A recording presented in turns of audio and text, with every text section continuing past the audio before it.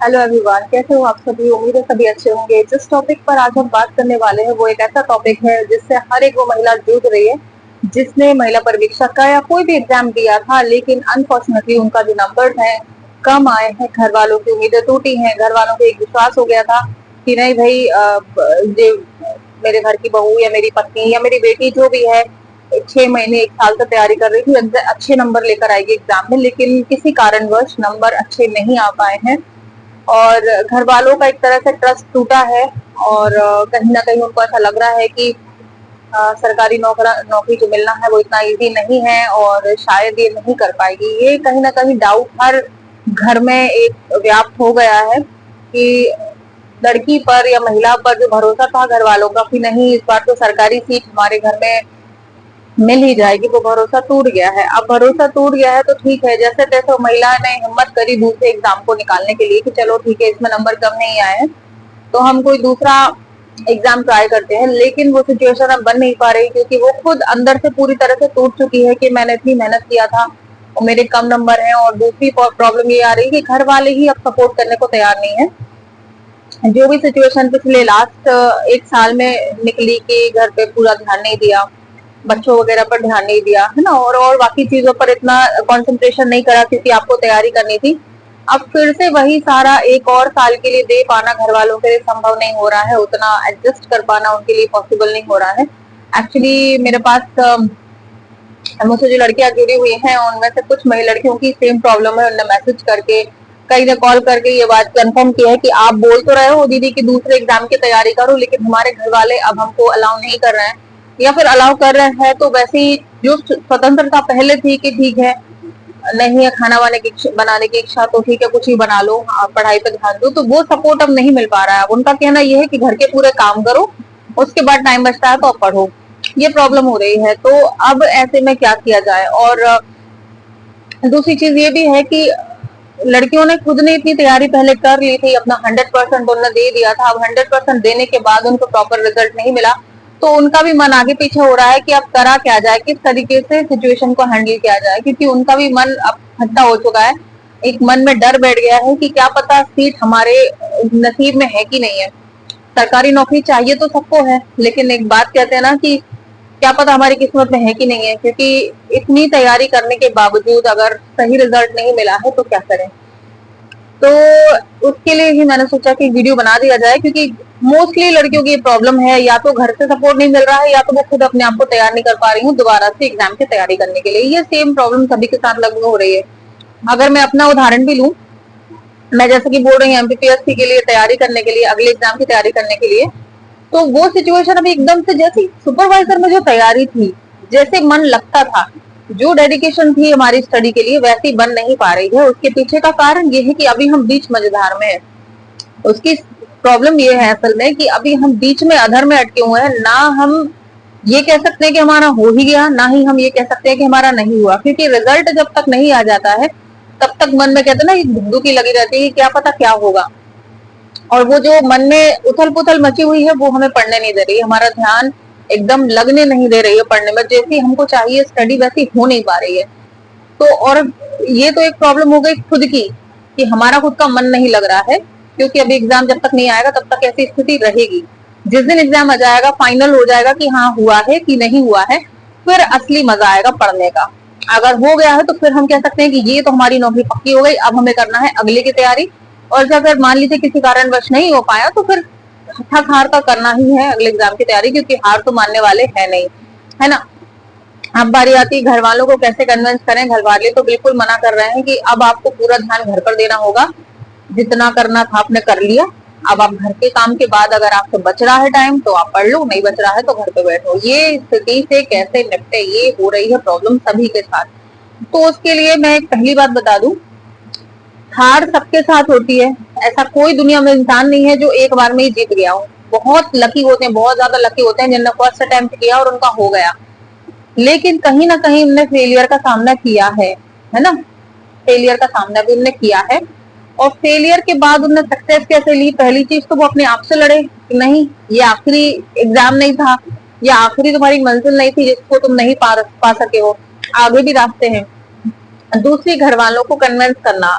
दो तरीके होते घर वालों को कन्विंस करने के, या तो आप नॉर्मल उनको बैठ के समझाओ कि ऐसा है, मुझे 1 साल और चाहिए। मैं हमेशा से बोलती हूँ पहला रास्ता ही अपनाओ, मुझे 1 साल और चाहिए, मैंने कुछ कमी रह गई होगी मेरी पढ़ाई में, लेकिन अब उस कमी पर भी मैं काम करूंगी और मुझे 1 और साल चाहिए। ये आपको पहली चीज तो बोलना है। अगर नहीं मानते हैं, क्योंकि देखो पेरेंट्स नॉर्मली मान जाते हैं, अगर आप अनमैरिड हो तो आपके घर वाले तो बिल्कुल मान जाएंगे, लेकिन इन लॉज में ऐसा नहीं हो पाता है। ससुराल में अगर आप हैं तो थोड़ी सी प्रॉब्लम आ सकती है। तो अगर वहां पे थोड़ा सा आपको स्ट्रिक्ट भी होना पड़े तो पीछे मत हटना, मैं सीधा सा बोल रही हूँ।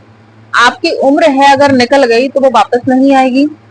आपने अगर छोड़ दी बीच में पढ़ाई तो आपकी जो आने वाली जिंदगी अच्छी हो सकती थी वो नहीं आ पाएगी, और आप जैसी दयनीय स्थिति में आज हो आगे भी ऐसे ही रह जाओगे। इसलिए ये चीजें मत करो। अपने हक के लिए, अपने अधिकार के लिए आपको थोड़ा सा आगे आना पड़ेगा, थोड़ा सा स्ट्रिक्ट होना पड़ेगा। सीधा बोल दो मुझसे जितना होगा मैं करूंगी, पहले मैं अपनी पढ़ाई देखूंगी, फिर आगे अगर कुछ टाइम बचता है तो मैं घर के काम करूंगी, बाकी सपोर्ट सभी को करना है। देखिए थोड़ा सा स्ट्रिक्ट होने में कोई बुराई नहीं है। मानते हैं प्रॉब्लम आएगी, हस्बैंड भी हो सकता है झगड़े करें, सास ससुर कोई भी प्रॉब्लम करे कि तुम्हें हम इसलिए थोड़ी ना लाए थे कि तुम बैठ के पढ़ाई करो और हम घर के काम देखें। तो देखिए वो मानते हैं प्रॉब्लम होगी, जो जो इम्पोर्टेंट काम है वो तो आपको करने पड़ेंगे, क्योंकि देखिए गलती हमारी भी रही है, 1 साल में हम नहीं निकाल पाए, है ना। तो जो बेसिक काम है वो तो आपको करना ही है। हाँ, जो एक्स्ट्रा काम है उनमें थोड़े से आप स्ट्रिक्ट हो सकते हो, ऐसा नहीं कि आप बोल दो कि हम खाने नहीं बनाएंगे, तो ऐसा भी नहीं होगा, आपको करना पड़ेगा। जो बेसिक काम है वो तो आपको करने ही पड़ेंगे, जो कर्तव्य है वो तो निभाने ही पड़ेंगे, साथ ही साथ अपनी पढ़ाई के लिए भी आपको डेडिकेट रहना पड़ेगा, ठीक है। और इसके अलावा अब कई लोग इतने पे भी नहीं मानेंगे, हो सकता है बात आगे बढ़े, लड़ाई झगड़े बढ़े, तो हर चीज के लिए आपको प्रिपेयर रहना है, पहली चीज। लेकिन किसी भी हाल में पढ़ाई से पीछे नहीं हटना है। आपका फ्यूचर आपके हाथ में है ना। और पढ़ाई आपका एकमात्र हथियार है जिससे आप जीत सकते हो। Specially middle class family, specially house wife, ये लोग के का सबसे बड़ा सहारा सरकारी नौकरी है, क्योंकि महिलाएं, हर महिला बिजनेस कर सके ऐसा पॉसिबल नहीं है, उनके लिए नौकरी ही बेस्ट होता है, और उसके लिए पढ़ाई ही एकमात्र सहारा है। ना ही कहीं का सोर्स काम आता है, ना ही कहीं की जो कहते हैं ना उपाय करने से, सरकारी नौकरी लगने के उपाय करने से, ये सब चीजें सेकेंडरी है। फर्स्ट आपकी मेहनत है।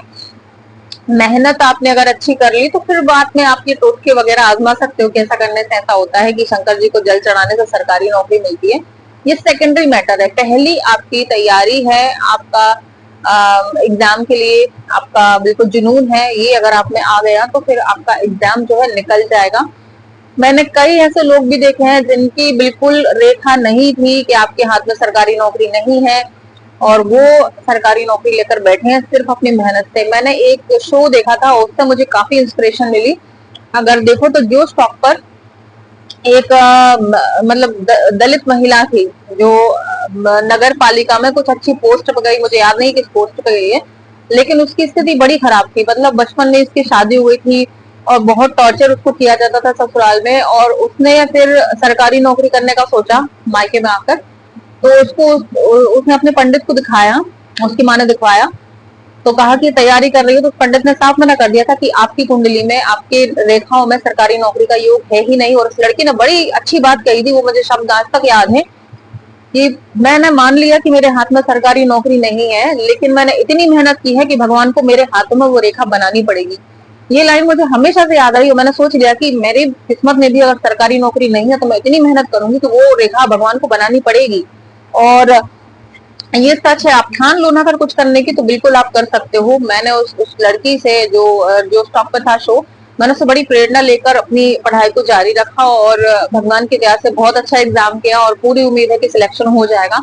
और यही चीजें आपको करनी है, मेहनत के आगे सारी चीजें फेल है। अगर आपने मेहनत कर ली तो आपकी नौकरी से आपको कोई भी नहीं हटा सकता, आपको मिलकर ही रहेगी। बस एक जुनून दिल में पाल लो, कुछ ना दिखे, रात में सपने आए तो आपको पढ़ाई से आए कि आपका कोर्स कंप्लीट करना है, सिलेबस कंप्लीट करना है, दिन में हो तो वही ख्याल रहे। कुछ भी कर रहे हो, जब आप घर के काम कर रहे हो तो आपके दिमाग में आपकी पढ़ाई ही गूंजती रहनी चाहिए। ये जुनून चाहिए सरकारी नौकरी हासिल करने के लिए। बहुत जिद्दी होती सरकारी नौकरी, आसानी से हाथ में नहीं आती, लेकिन जब तक आप भी उसे पकड़ने की जिद नहीं करोगे तब तक हासिल नहीं कर पाओगे। तो ये आज से ही रूल अपना लो, अपने लिए थोड़े से लड़ना पड़ेगा आपको। सिचुएशन को हैंडल करना पड़ेगा। पहले तो शांतिपूर्वक तरीके से घर वालों से बात करो, नहीं मानते हैं तो फिर आप भी अपनी अड़ी चलाओ कि नहीं मुझे तो करना है, आप लोगों को सपोर्ट करना पड़ेगा। मैं आपके घर के काम के लिए अपनी जिंदगी बर्बाद नहीं कर सकती हूँ, मुझे चाहिए टाइम और मैं लूंगी और मैं करूंगी भी और मैं नौकरी लेकर रहूंगी। तो इस तरीके से आप इन सिचुएशन से डील कर सकते हैं। आई होप आपको अपनी समस्या का समाधान मिल गया होगा। जो जो महिला इन प्रॉब्लम को फेस कर रही हैं, अब उनके लिए थोड़ा सा संघर्ष का समय स्टार्ट होता है, लेकिन आपको वादा करना होगा कि 1 साल के लिए जो आपने टाइम मांगा है उसमें आप नौकरी लेकर रहोगे। ठीक है, तो आज की वीडियो के लिए इतना ही। कल फिर मिलते हैं। कोई और समस्या अगर आप लोगों की है तो आप लोग मुझे मैसेज करके बता सकते हो सकता है आपके जैसी प्रॉब्लम की और लोगों की भी हो, मैं उन पर वीडियो बना के आपके साथ साथ उन लोगों की भी प्रॉब्लम सॉल्व कर दूं।